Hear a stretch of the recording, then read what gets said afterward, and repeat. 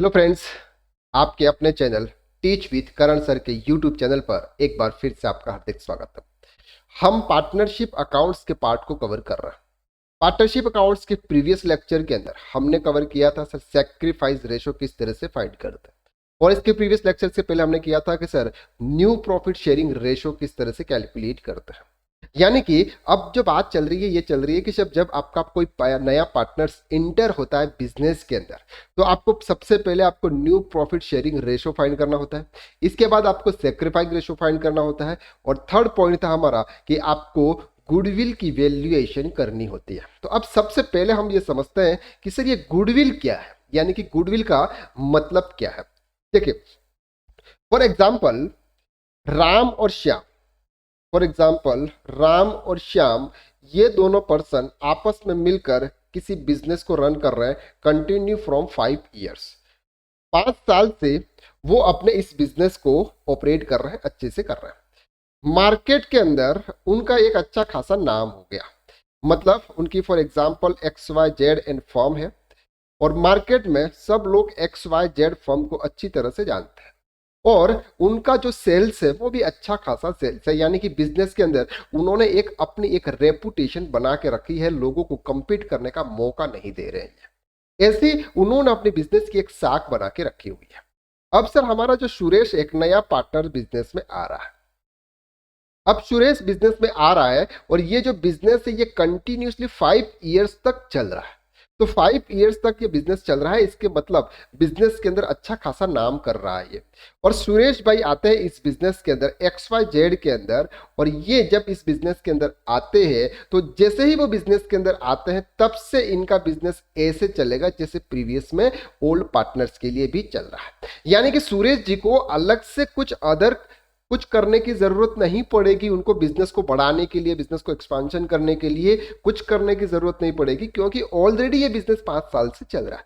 That means कि इस business की एक मार्केट में साख है, अपनी बिजनेस की इस मार्केट में एक इमेज है, और इस इमेज के बेस पे गुड सप्लाई कर रहे हैं जहां पे अच्छा खासा प्रॉफिट अर्न कर रहे हैं। अब अगर हम बात करते हैं कि सुरेश अपना कोई न्यू बिजनेस स्टार्ट करता और न्यू बिजनेस स्टार्ट करने के बाद उसको 2 से 3 साल तक तो कोई भी प्रॉफिट नहीं मिलता। क्यों? क्योंकि उसको मार्केट में कोई पहचानता नहीं, मार्केट में उसकी कोई इमेज नहीं थी ना, मार्केट में उसकी कोई साख नहीं थी। क्यों नहीं थी? क्योंकि वो मार्केट में नया नया था। जब भी आप मार्केट में जाते हो या किसी भी चीज को अगर आप अप्लाई करते हो तो उसमें आपको थोड़ा सा टाइम लगता है आपको लोगों की पहचान बनाने में। तो इसी तरह से सुरेश ने अगर नया बिजनेस स्टार्ट किया होता तो उसको 2 से 3 साल लगते। 2 से 3 साल में वो जो भी प्रॉफिट कमाता वो प्रॉफिट ये सुरेश आने वाले समय में ही कमा लेगा। जब वो बिजनेस में इंटर हुआ तब से ही कमाना शुरू कर देगा। तो इसके लिए राम और श्याम ने इस पे क्या की है सर, इस पे बहुत हार्ड वर्किंग की है, यानी कि रात दिन इस बिजनेस के ऊपर उन्होंने मेहनत की है, और इस मेहनत के बदौलत असर उनको ये आज मुकाम हासिल हुआ है।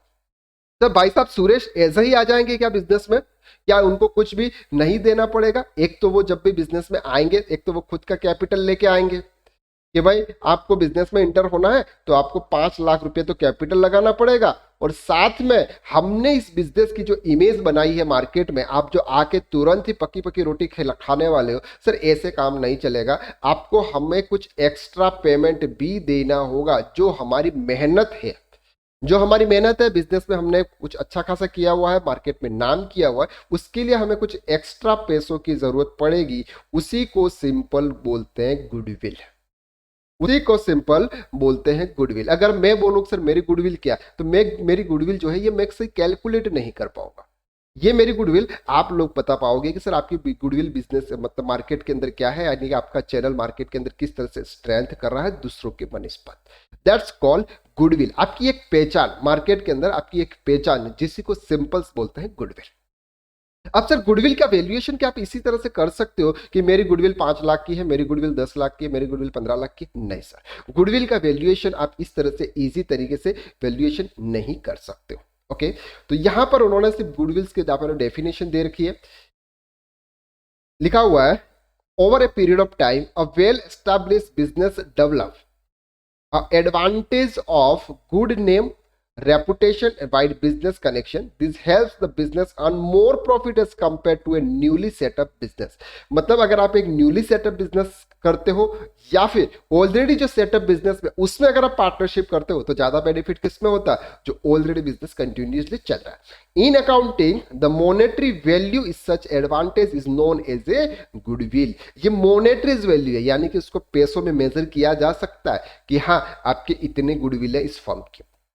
This is an intangible assets. अब सर ये जो एसेट्स है आपकी, ये आपकी संपत्ति है, लेकिन ये इनटेंजिबल है। इनटेंजिबल का मतलब होता है कि जिसको आप टच नहीं कर सकते। अगर मैं ये बोलूं कि सर मेरी गुडविल 10 लाख की है, तो क्या गुडविल, मैंने तो आज तक देखी नहीं सर गुडविल। तो एज इट इज आप भी किसी की गुडविल देखते नहीं हो, लेकिन ऐसे फील कर सकते हैं, बस इसको एक मनी के अंदर मेजरमेंट कर सकते हैं। Goodwill is the value of the reputation of firm in respect of the profit expected in future over and above the normal profit. ये जो है, ये फर्म, आपकी जो फर्म है या आपकी जो कंपनी है या आप खुद है, ये आपकी रेपुटेशन बताता है कि आपकी रेपुटेशन कितनी है।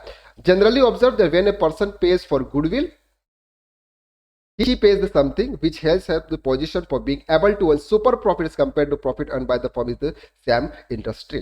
सुपर प्रॉफिट का सिंपल सा मतलब होता है कि ऑन एन एवरेज जितने भी लोग उस बिजनेस में प्रॉफिट कमा रहे हैं, ये तो सर आपका नॉर्मल प्रॉफिट है, सब लोग कमा रहे हैं, आप एक्स्ट्रा ऐसा क्या तीर मार रहे हो।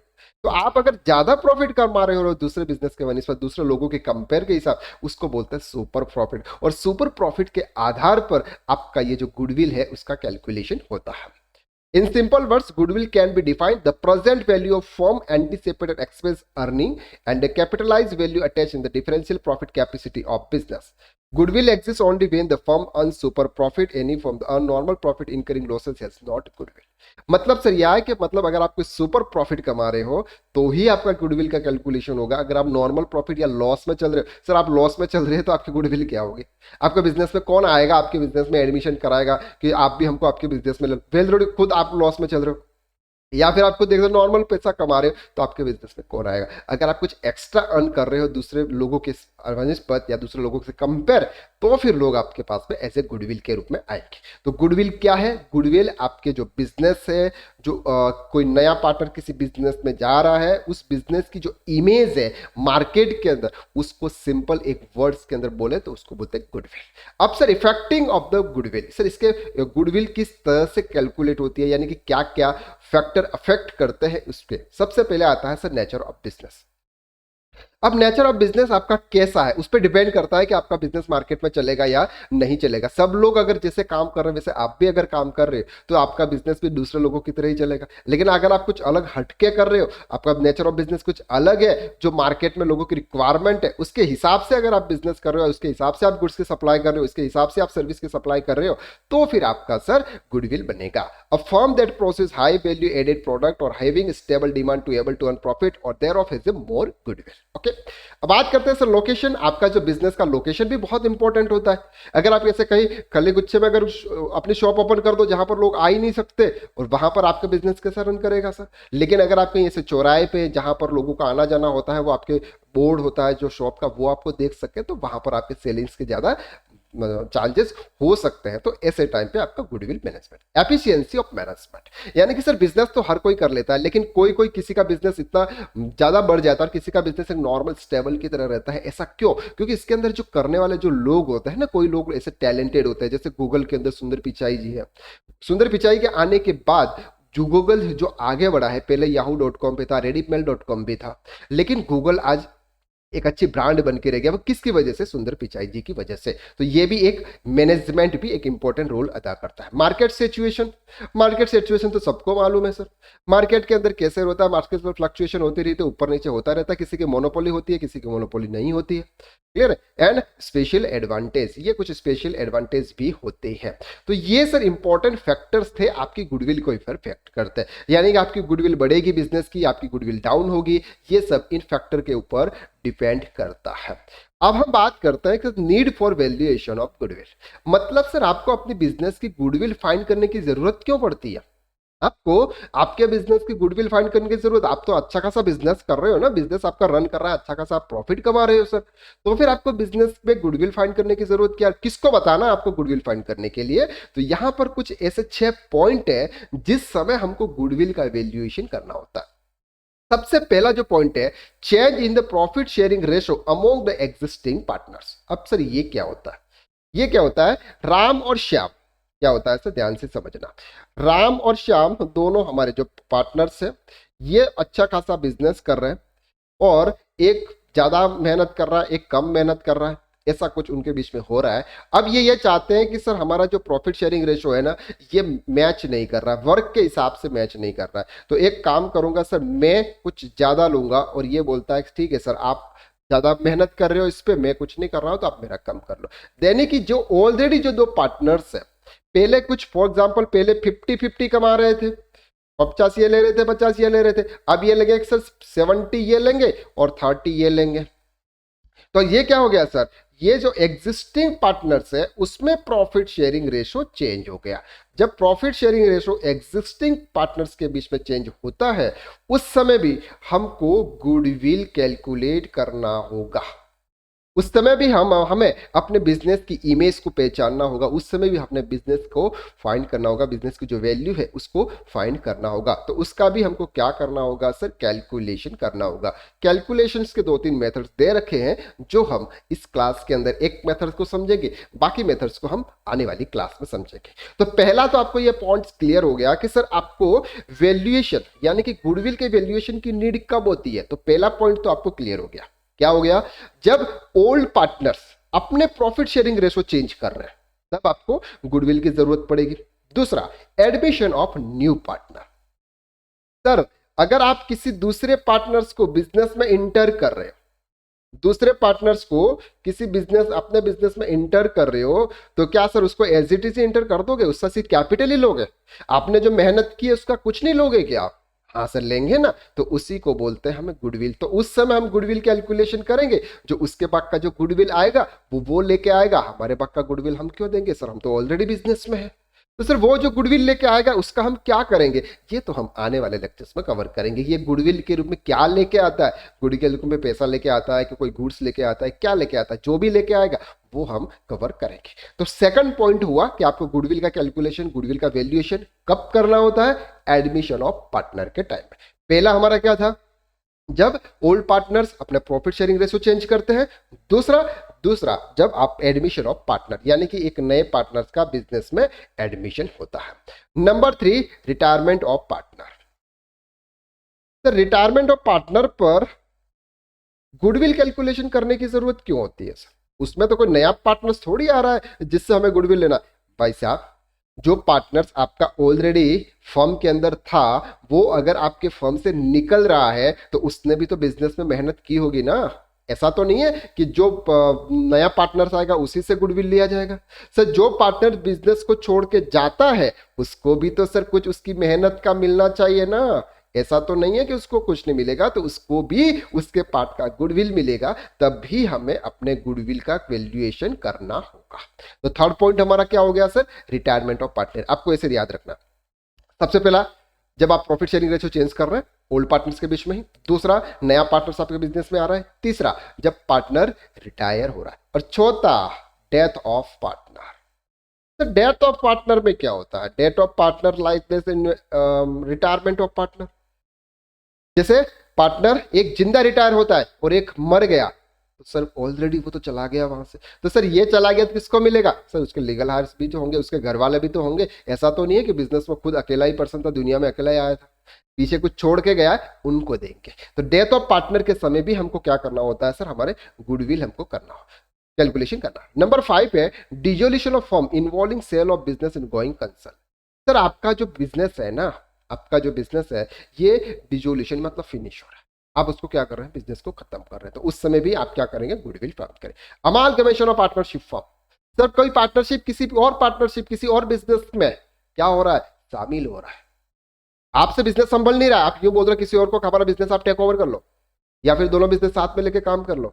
दैट्स कॉल्ड, जो भी मर्जर हो या अमालगमेशन हो, कभी भी। तो अमालगमेशन के टाइम में भी आपको गुडविल कैलकुलेशन करना होगा। तो ये 6 पॉइंट थे जहां पर आपको गुडविल कैलकुलेशन करना होता है। तो ये तो हमने सर बेसिक कंसेप्ट समझा कि गुडविल क्या होता है, गुडविल किस चीजों पे इफेक्ट करता है, और गुडविल के कैलकुलेशन हमें कब करना होता है। अब हमें सर देखना है यहां पर सिंपल कि गुडविल का कैलकुलेशन कैसे करता है। तो एग्जाम पॉइंट ऑफ व्यू से बहुत इंपॉर्टेंट है कि सर गुडविल का कैलकुलेशन कैसे करते हैं। अब गुडविल के कैलकुलेशन के आपको यहाँ पर मेथड्स दे रखे हैं। ओके, वो कौन कौन से मेथड्स हैं वो हम यहाँ पे समझते हैं। सबसे पहला मेथड्स आपको यहाँ पे दे रखा है, the important methods of valuation of goodwill are is follow average profit method. क्या प्रॉफिट है? सबसे पहला मेथड है हमारा गुडविल कैलकुलेशन का एवरेज प्रॉफिट मेथड। अब सर ये मेथड क्या बोलता है? आपको यहां पर देखने से ही पता चल जाता है कि सर आपका जो भी प्रॉफिट है, जितने भी सालों का, उन सालों का जो प्रॉफिट है उसको आप ऐड करो और उससे डिवाइड करके आप उसका एवरेज प्रॉफिट निकाल दो। यही होता है average profit method. Answer is yes. देखते हैं हम इसके अंदर क्या क्या होता है। Under this method the goodwill is valued as agreed number of years purchase of the average profit for the past few years। क्या होता है समझ लो। जैसे फॉर एग्जांपल ये बोला कि सर हमारे पिछले 3 साल का प्रॉफिट है। पहले साल का प्रॉफिट है 10,000, दूसरे साल का प्रॉफिट है सर 15,000 और तीसरे साल का प्रॉफिट है फॉर एग्जांपल 15,000। तो टोटल कितना हो गया? 30 और 40,000। अब इसका सर 40 नहीं, हम थोड़ा सा इसको 3 में करते हैं तो हम उसको कर लेते हैं 60,000। इसको हम बढ़ा देते हैं 20, यानी कि 30, 35, 40, 50 और क्या कर देते हैं 20 और 55। देखो कितना हो गया आपका 55 आपका प्रॉफिट हो गया। अब इसमें भी पार्ट नहीं जाएगा। चलो एक काम करते हैं, आपका ऑन एन एवरेज प्रॉफिट आया 60,000। कितना आया? 60, सॉरी, टोटल आपका कितना आया? 60,000। उसमें से आपको 3 से डिवाइड करना है। तो 3 से डिवाइड करोगे कितना आएगा सर? 20,000। 20,000। अब आप पिछले कितने सालों का प्रॉफिट लेके मान रहे हो? सर 2 साल का। तो 20,000 multiply by 2, that's called 40,000 rupees आपका गुडविल आया। इस तरह से हम कैलकुलेशन करेंगे एवरेज प्रॉफिट मेथड्स के अंदर। क्वेश्चन नंबर 9 देखते हैं, उससे आपको क्लियर हो जाएगा। The profit of the 5 years of firm is follows 2030। हम यहां पर कैलकुलेट करेंगे सर। 2030 का जो हमारा प्रॉफिट है, ये प्रॉफिट है सर हमारा 4 लाख। इसके बाद आपका जो प्रॉफिट है 3,98,000। नेक्स्ट प्रॉफिट है 4,50,000। नेक्स्ट प्रॉफिट है 4,45,000 एंड नेक्स्ट प्रॉफिट है आपका 5 लाख का। अब क्या करेंगे सर? इन सबको टोटल करेंगे। इन सबको टोटल करेंगे, आपका फिगर आएगा 21,93,000। 21,93,000 कितने साल का प्रॉफिट है सर? ये 5 साल का। तो एवरेज निकालो। 2193 डिवाइडेड बाय 5 कितना अमाउंट आता है सर? 4,38,600। आपका ये जो प्रॉफिट आएगा 4,38,600। अब उन्होंने क्या बोला sir? Calculate goodwill of the firm on the basis of 4 year purchase. कितना? 4 ईयर परचेस। तो मल्टीप्लाई बाय 4। जो भी आपका एवरेज प्रॉफिट आएगा उसमें से आपको उस ईयर का मल्टीप्लाई करना है, उस ईयर से मल्टीप्लाई करना है जो ईयर्स आपको क्वेश्चन में दे रखे हैं कि आपको इतने साल के गुडविल के हिसाब से लेना है। तो 4 से हम मल्टीप्लाई करेंगे तो हमारा जो भी रेट आएगा वो रेट आएगा sir 17,54,400। 17,54,400 that is the goodwill. Clear हो गया? ये एक सिंपल सम था सर। अब बस आपको क्या दे रखा है? आपको यहां पर दे रखा है कि 4,03,000 ये टोटल दे रखा है। आपने उसका टोटल किया यहाँ पे और 5 से डिवाइड किया। जो भी आपका एवरेज आया उसमें से आपने 4 ईयर्स से मल्टीप्लाई किया। ये आपका क्या आ गया सर? गुडविल आ गया। क्लियर? चलिए सर आगे बढ़ते हैं। अब क्या होता है, कभी कभी The above calculation goodwill is based on the assumption that no change in the overall situation of profit expected in the future. Sir कभी कभी क्या होता है कि हमने ये जो गुडविल लिखा ये ऐसा लिखा है कि कोई भी आपका प्रॉफिट शेयरिंग रेशो चेंज नहीं होगा, लेकिन कभी कभी क्या होता है sir profit sharing ratio change होता रहता है, आपका प्रॉफिट चेंज होता रहता है, तो यहाँ पर वेटेज एवरेज मेथड भी यूज करते हैं। वेटेज एवरेज यूज कैसे करते हैं ये हम समझेंगे। देखिए यहाँ पर आपको सबसे पहले आपको प्रॉफिट दे रखा है, क्या प्रॉफिट दे रखा है, देखो वेटेज एवरेज मेथड और एवरेज मेथड दोनों में क्या डिफरेंस है ये आपको समझना है। यहां पर आपको दे रखा है सर 2013-14 यानी कि हम मान के चलते हैं first year, second year, third year, 4 year और 5 ईयर, ठीक है, 1 2 3 4 5 जो भी ईयर है 20,000, 24 30 25